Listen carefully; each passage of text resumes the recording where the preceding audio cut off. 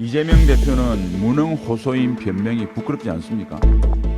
싱하이밍 대사와 해동이 각종 국민적 비판이 제기가 되자 싱하이밍 대사가 저녁 편하게 하자 그 말에 쏘갔다고 합니다. 제1당 대표인 이재명 대표가 민주당이 휘둘렸다고 그러면 그래서 휘둘려서 그러고 난 뒤 변명이 나는 나쁜 짓 한 게 아니고 어리석어서 쏘갔을 뿐이야. 이게 변명이 됩니까? 변명이 된다는 지력을 가진 수준이라면 이제 윤석열 정부의 국정운영 반복 자꾸 그러지 마십시오. 그리고 고도의 전문성을 요구하는 외교안보 정책에 대해서는 침묵하는 게 나라와 국민을 위해 도움됩니다. 민주당이 주장하는 방중 어원 외교는 사실상 뇌물성 조공 외유입니다. 지난번 국빈 방문을 한 한미 정상회담에는 정부의 요청에도 불구하고 민주당 의원들은 한 명도 참석 안 했습니다. 그런데 왜 중국은 왜 갑니까? 민주당은 왜 북한, 중국, 러시아 같은 독재 국가를 그렇게 좋아합니까? 전 세계 평화를 외치는 북한, 중국, 러시아의 수석 대변인 역할을 합니까? 현명한 국민들께서는 그 답을 이미 알고 계실 겁니다. 이상입니다. 이재명 대표는 무능 호소인 변명이 부끄럽지 않습니까? 싱하이밍 대사와 해동이 각종 국민적 비판이 제기가 되자 싱하이밍 대사가 저녁 편하게 하자 그 말에 쏘갔다고 합니다. 그 쏘갔다면 도대체 왜 중간에 싱 대사의 발언을 제지 안 했습니까? 민주당의 공식 유튜브는 왜 계속 생중계를 하도록 내버려 뒀습니까?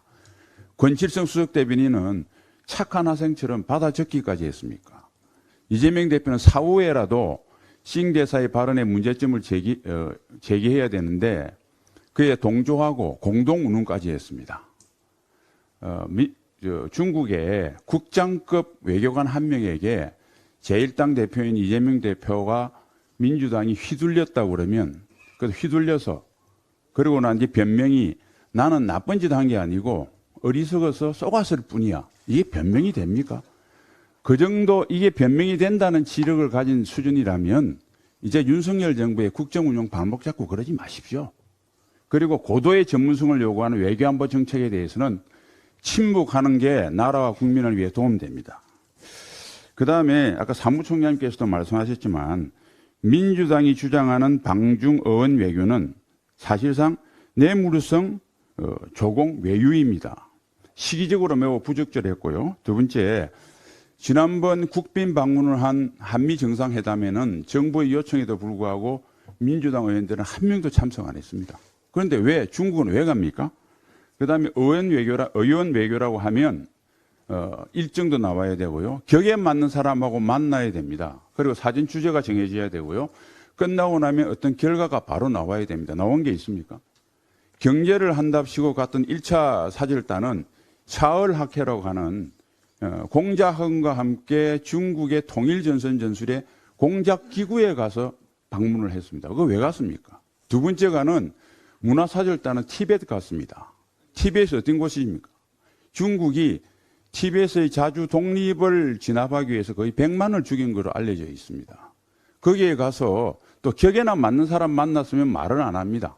상임위 부주임, 11명이 되는 상임위 부주임 만나고 중국의 최악의 인권 유린을 중국이 좀 희석시키기 위한 공작 행사에 참석을 했습니다. 그리고 중국 돈으로 갔습니다. 그러니까 중국이 짜놓은 일정에 따라서 중국이 원하는 말만 했습니다. 끝으로 민주당은 왜 북한, 중국, 러시아 같은 독재 국가를 그렇게 좋아합니까? 그리고 힘에 의한 현상 변경을 시도를 하고 있거나 시도할 것을 공언을 해서 전 세계 평화를 외치는 북한, 중국, 러시아의 수석 대변인 역할을 합니까? 현명한 국민들께서는 그 답을 이미 알고 계실 겁니다. 이상입니다. 박성중 의원.